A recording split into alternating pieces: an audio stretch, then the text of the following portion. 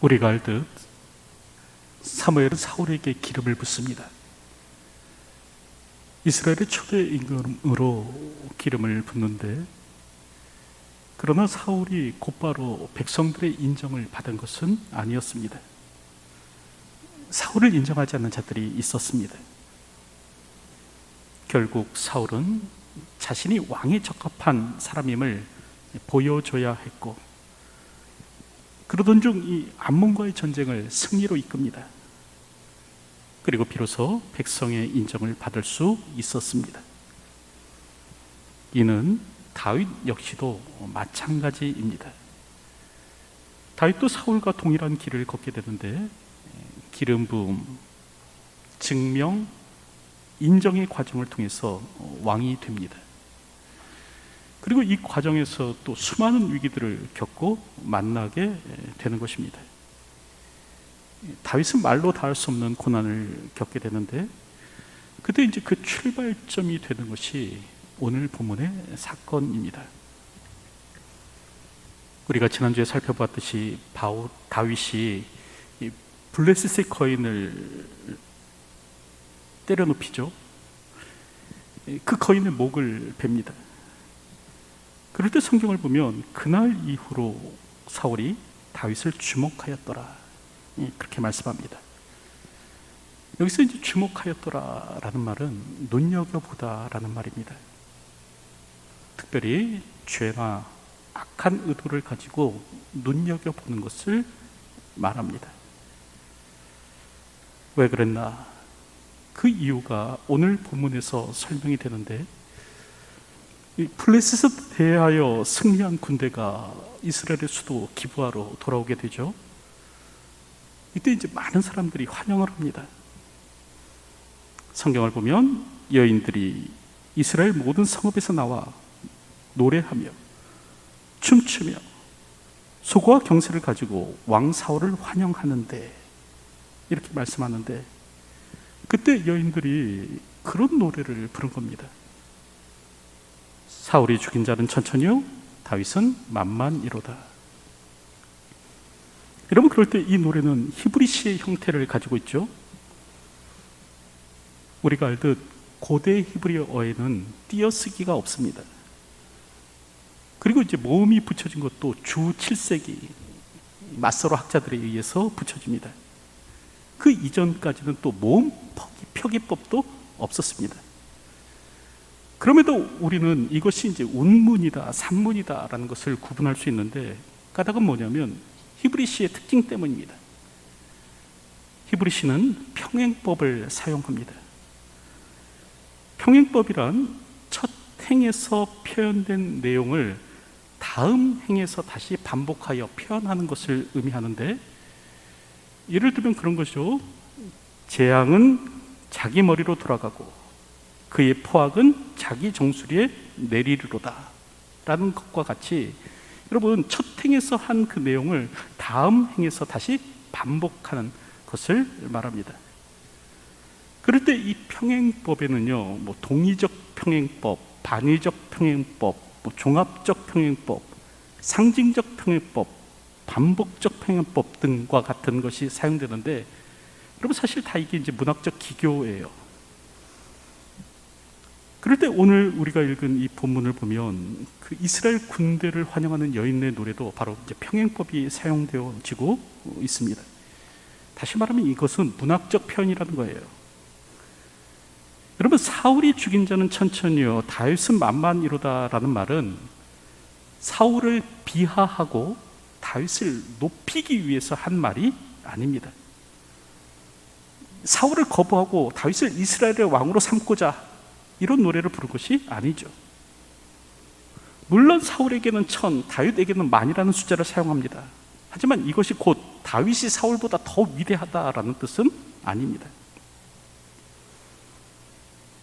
히브리시는 항상 첫 행에서 숫자가 사용되면 그 다음 행에서는 첫 행보다 더 큰 숫자를 사용합니다. 까닭은 시의 단조로움을 피하기 위함이에요. 문장의 완성도를 높이려면 앞에서 1000이 나오면 뒤에서 많이 나와야지, 앞에서도 1000, 뒤에서도 1000 이러면 문장에 맛이 없는 겁니다. 여러분, 예를 들면 그런 거죠. 잠언 30장 29절을 보면 당당하게 행진하는 것 셋, 늠름하게 걷는 것이 넷이 있으니, 이런 말씀이 나오는데, 당당하게 걷는 것은 셋이고 늠름하게 걷는 것은 넷이니까 늠름하게 걷는 것이 당당하게 행진하는 것보다 더 많네? 여러분, 이런 식으로 해석하는 것은 바보 같은 일입니다. 여러분, 여기서 셋과 넷은 사실적 표현이 아니라 수사적 표현입니다. 그런 것이 몇몇 있다라는 말이에요. 당당하게 걷는 것, 늠름하게 행진하는 것 몇몇이 있으니, 뭐 그런 의미입니다. 이는 사울이 죽인 자는 천천히요 다윗이 죽인 자는 만만이로다라는 말과 같습니다. 그러니까 다시 말하면 사울이 죽인 자보다 다윗이 죽인 자가 더 많다라는 의미가 아니고요, 둘 다 같은 의미입니다. 사울이 죽인 자나 다윗이 죽인 자가 많다라는 의미지, 다윗이 더 뛰어나다, 위대하다, 뭐 그런 의미가 전혀 아닌 것이죠. 여러분, 그럼에도 사울은 이 노래를 오해합니다. 아주 불쾌하게 듣는 것입니다. 성경을 보면 사울이 그 말에 불쾌하여 심히 노하여 이르되 다윗에게는 만만을 돌리고 내게는 천천만 돌리니 그가 더 얻을 것이 나라 말고 무엇이냐 하고, 그리고 이후로 다윗을 주목하였다라는 겁니다. 그럴 때 여기서 우리가 생각해 보아야 할 것이 있는데, 첫째는요, 비교는 불행의 시작이다라는 겁니다. 여러분, 앞에서도 말씀드렸다시피 사울이 죽인 자는 천천히요 다윗이 죽인 자는 사울이 죽인 자는 천천히요 다윗이 죽인 자는 만만이로다라는 이 노래는 비교를 위한 것이 아니죠. 시를 살리기 위한 그 문학적 표현입니다. 그런데 사울은 이걸 비교로 받아들이는 거예요. 그리고 이제 자신과 다윗을 비교하기 시작합니다. 여러분, 비교는 인간이 빠지기 쉬운 함정입니다. 사람은 누구나 그 비교의 늪에 빠져 허우적거리곤 하는 것이죠. 댄 에리얼리라는 사람이 있는데, 이 사람은 본래 이제 심리학을 전공한 심리학자입니다. 근데 이 사람이 2002년 노벨 경제학상을 받아요. 심리학 박사가 이제 경제학상을 받는데 굉장히 독특하죠. 당시 경제학에서는 인간을 이성적이고 합리적인 존재로 보았습니다. 그러니까 물건이 싸면 사고, 비싸면 사지 않고, 이렇게 이제 합리적 결정을 하는 존재로 여긴 겁니다. 근데 막상 살펴보니까 그러지 않은 거예요. 인간은 합리적 결정보다 특별히 감정에 의해서 막 움직이더라라는 겁니다.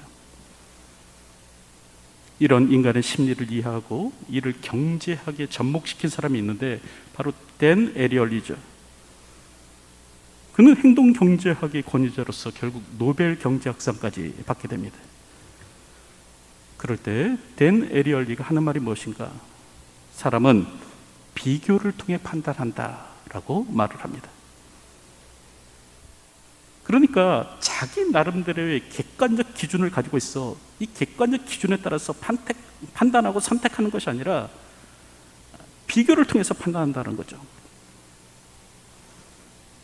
일반적으로 고급 음식점의 메뉴판을 보면 여러분, 가장 비싼 음식이 제일 먼저 나옵니다.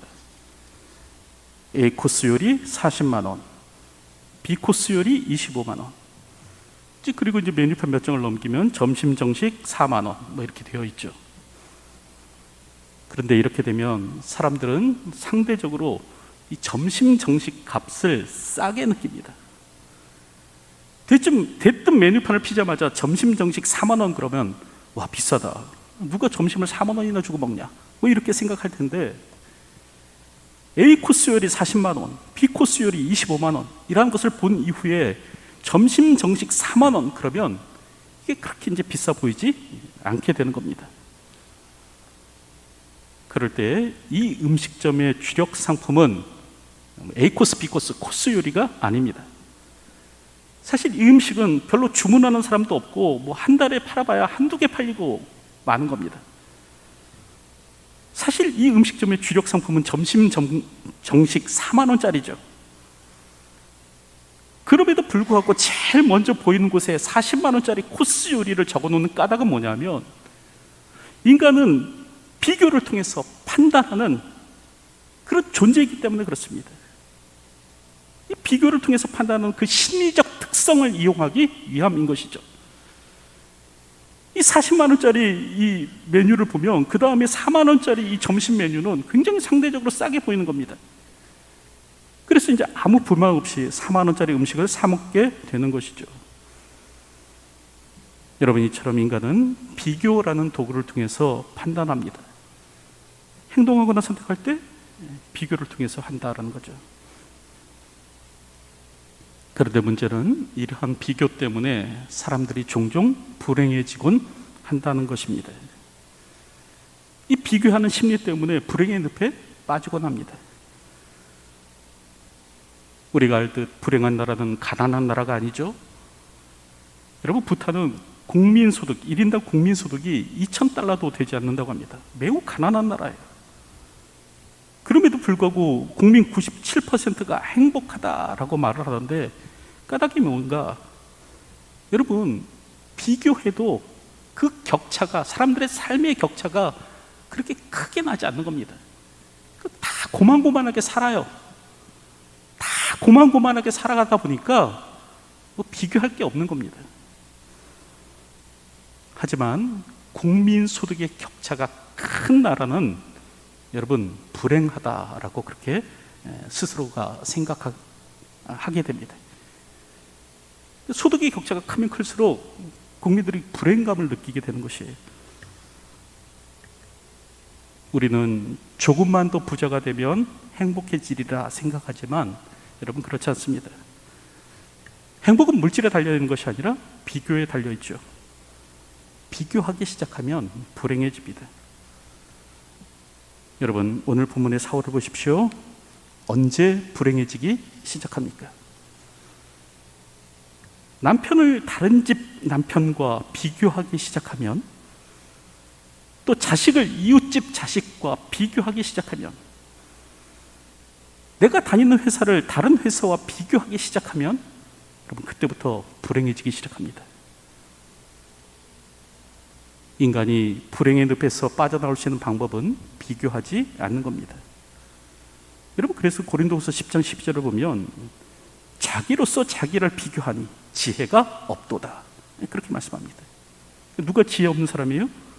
자기로서 자기를 비교하는 사람, 지혜 없는 사람이다라는 거죠. 꽃들은 남들을 부러워하지 않는다라고 합니다. 제비꽃은 진달래를 부러워하지 않고요, 진달래는 장미를 부러워하지 않습니다. 저들은 있는 그대로 한껏 꽃을 피우다가 떠날 시간이 되면 아무 말 없이 떠납니다. 만일 제비꽃이 진달래를 부러워하고 진달래가 장미를 부러워한다면 꽃들의 세계에서도 인간들과 똑같은 불행한 일들이 일어나고 말 것이다. 정호승 시인의 말입니다. 여러분, 제발 나와 남을 비교하지 마십시오. 내 안에서 일어나는 이 비교의 메커니즘을 멈추십시오. 제비꽃은 제비꽃답게 피면 되고, 진달래는 진달래답게 피면 되는 겁니다. 또 장미는 장미답게 피면 되는 겁니다. 왜 나는 장미가 아닐까? 왜 나는 장미가 못 되는가? 여러분, 슬퍼할 필요가 없습니다. 세상에 아름답지 않은 꽃이 없듯이 세상에 쓸모없는 사람도 없습니다. 장미와 같은 아름다움은 아닐지라도 제비꽃만의 아름다움이 있는 겁니다. 그러므로 나도 아름답습니다. 여러분, 나와 남을 비교하지 마십시오. 나와 타인을 비교하기 시작할 때 우리는 지옥에 몸을 담그게 될 것입니다. 둘째로, 비교는 시기를 낳는다라는 것입니다.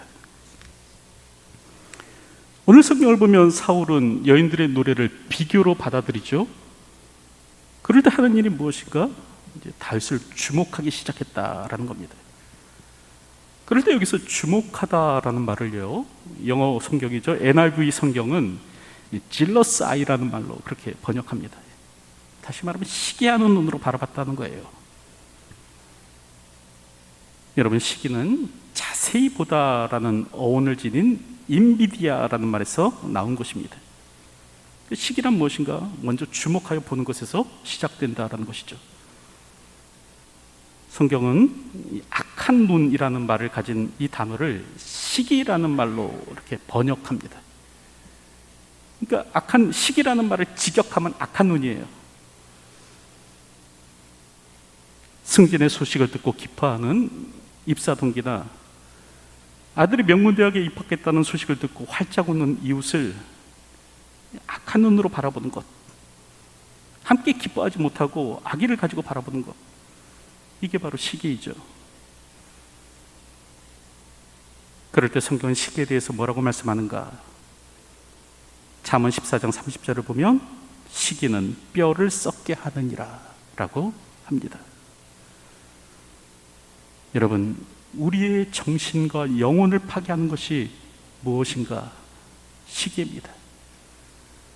그리고 이 시기는요, 다툼, 분쟁, 한담, 미움, 고통, 비난 등과 같은 딸을 낳습니다. 시기하면 다투게 되고요, 시기하면 분쟁하게 됩니다. 시기하면 남을 헐뜯게 되고요, 시기하면 미워하게 되는 거죠. 시기하면 악의를 품게 됩니다.